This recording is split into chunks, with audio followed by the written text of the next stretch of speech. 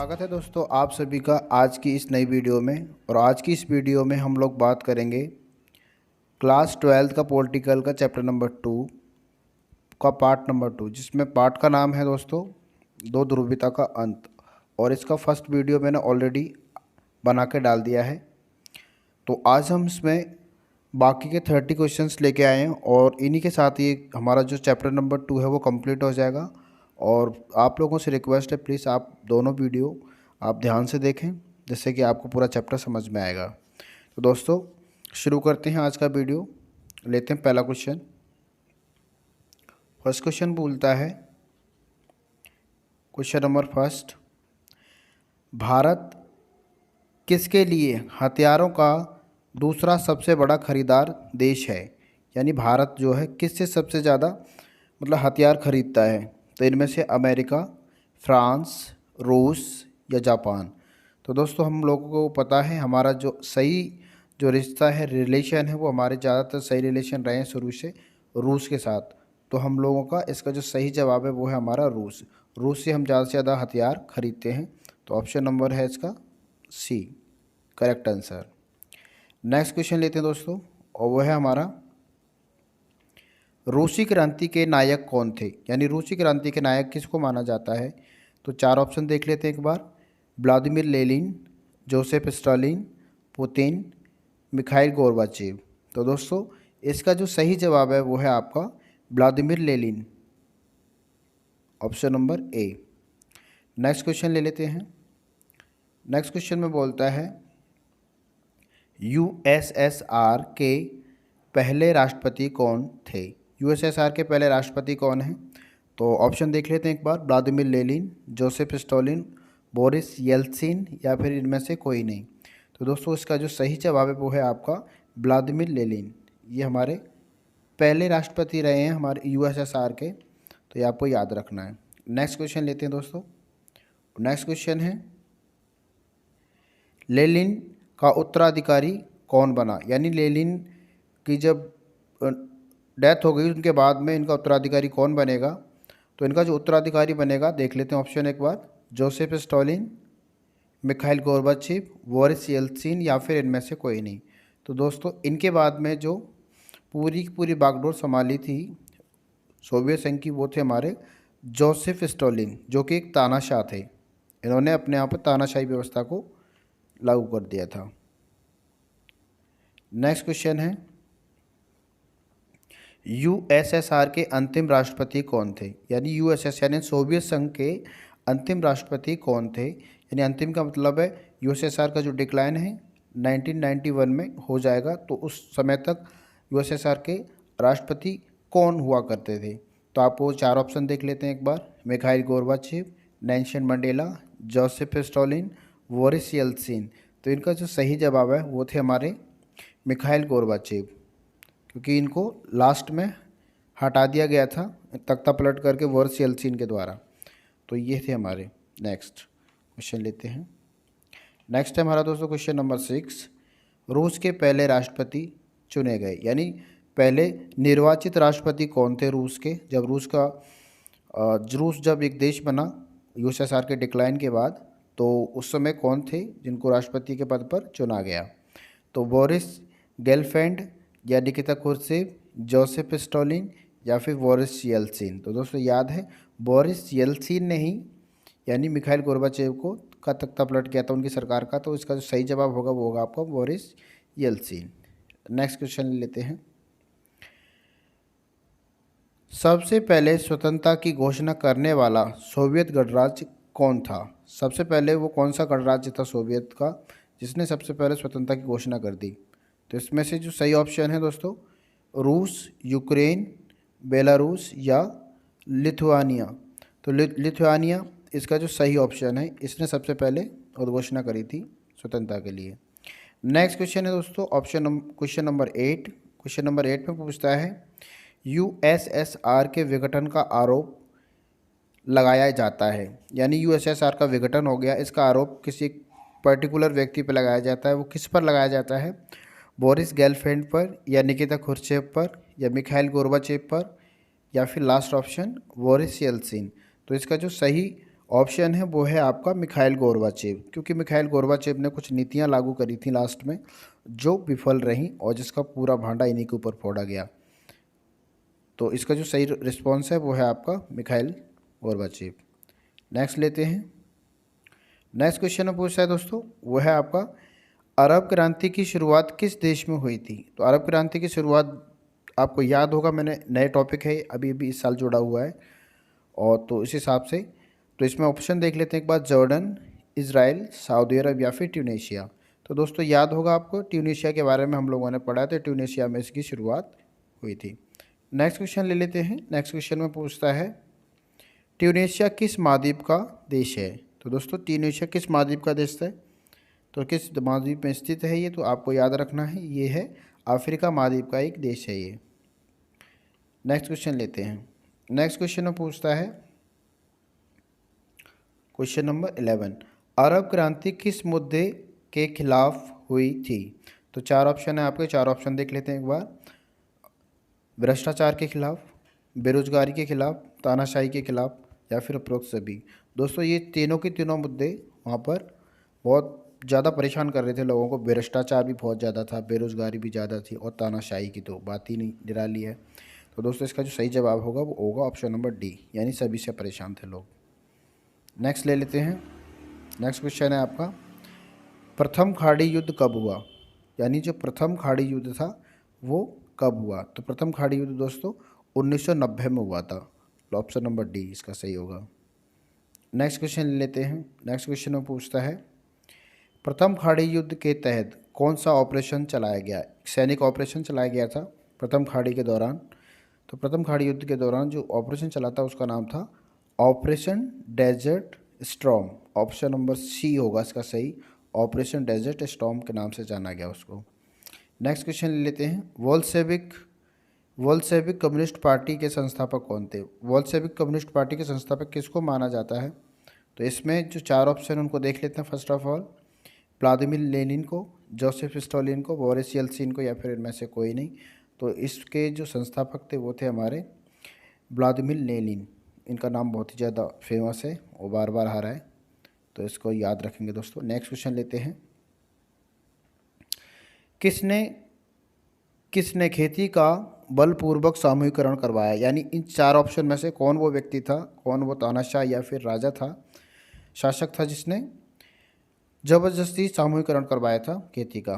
तो Vladimir Lenin या Joseph Stalin या फिर लेनिन, और या फिर इसमें से इनमें से कोई नहीं। तो इसमें से जो सही ऑप्शन है दोस्तों वो है आपका जोसेफ स्टालिन नाम के जो तानाशाह रहे हैं, लेनिन के बाद आए थे। तो इन्होंने खेती का जो बलपूर्वक सामूहिकरण करवाया था। नेक्स्ट लेते हैं ऑप्शन, क्वेश्चन नंबर आपका 16, शॉक थेरेपी कैसा मॉडल था। शॉक थेरेपी की विचारधारा कहती है, यानी कैसा मॉडल था, साम्यवादी मॉडल था वो, या पूंजीवादी था, या समाजवादी, या फिर उदारवादी। तो दोस्तों ये तो आपको पता होगा।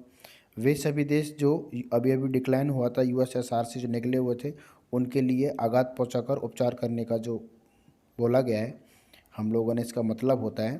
तो दोस्तों ये उनके लिए एक बहुत ही राहत भरी खबर थी। तो इसमें से ज़्यादातर जो देश थे वो चले गए थे आपके शॉक थेरेपी के साथ। तो ये मॉडल जो था पूंजीवादी मॉडल था, इनको हेल्प दी गई थी, तो ये आपको पूंजीवादी मॉडल कहलाएगा।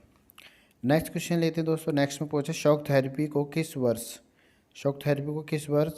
अपनाया गया, यानी शॉक थेरेपी को किस वर्ष अपनाया गया। तो इसका जो ऑप्शन है वो नीचे दिया गया है, 1990 में शॉक थेरेपी को अपना लिया गया था। नेक्स्ट क्वेश्चन ले लेते हैं। नेक्स्ट क्वेश्चन में क्या पूछता है ये, नेक्स्ट क्वेश्चन है सन 2001 में भारत और रूस के बीच द्विपक्षीय समझौते में कितने दस्तावेजों पर हस्ताक्षर हुए, यानी सन 2001 में भारत और रूस के बीच में कुछ समझौते हुए थे किसी विशेष मुद्दों पर लेकर के। तो कितने दस्तावेजों पर साइन किए थे। तो लगभग आपको याद रखना है, इसका जो सही जवाब है वो है आपका 80। ऑप्शन नंबर 20 का एकदम सही जवाब होगा, 80 दस्तावेजों पर हस्ताक्षर लिए गए थे। नेक्स्ट लेते हैं दोस्तों। नेक्स्ट ऑप्शन है पेरेस्ट्रोइका, यानी पुनर्संरचना कहते हैं इसको, और ग्लासस्टोन्स जिसका खुलेपन की नीति बोला गया है। ये दोनों की दोनों जो पॉलिसीज़ थी ये किसने शुरू करी थी, तो इनको शुरू करने के पीछे वो कौन व्यक्ति थे, तो देख लेते हैं। बोरिस गेलफैंड थे, निकिता खुर्शियव थे, मिखाइल गोर्बाचेव थे या फिर बोरिस येल्सिन थे। तो ये जो दोनों की दोनों नीतियाँ हैं बहुत ही इंपॉर्टेंट है दोस्तों पेपर के हिसाब से, क्योंकि अजीब और गरीब नाम है ये दोनों जो पॉलिसीज़ थी ये चलाई थी मिखाइल गोर्बाचेव ने। तो ऑप्शन नंबर सी इसका सही जवाब होगा, मिखाइल गोर्बाचेव। नेक्स्ट ले लेते हैं क्वेश्चन नंबर 20। क्वेश्चन नंबर 20 में क्या बोलता है आपसे कि न्यूयॉर्क में स्थित वर्ल्ड ट्रेड सेंटर पर हुए आतंकवादी हमले को क्या कहते हैं।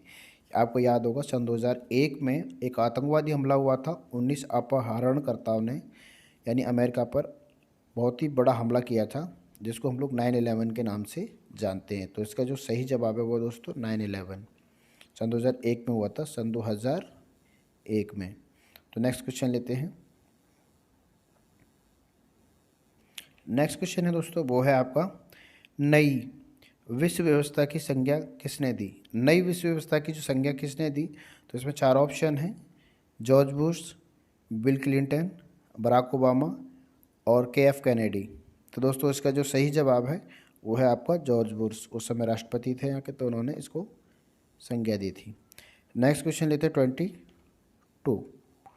22 लेते हैं। 22 में पूछता है 19 मार्च सन 2003 को अमेरिका ने किस नाम से इराक पर सैन्य हमला किया था। इराक पर जो हमला किया था किस नाम से किया था। तो दोस्तों इसका जो सही ऑप्शन है वो देख लेते हैं एक बार।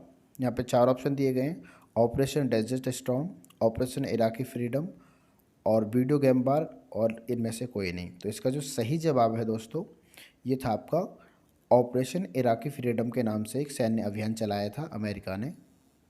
नेक्स्ट क्वेश्चन लेते हैं, क्वेश्चन नंबर 23। क्वेश्चन नंबर 23 में पूछता है CIS की स्थापना कब हुई, यानी CIS जो था वो कब बना।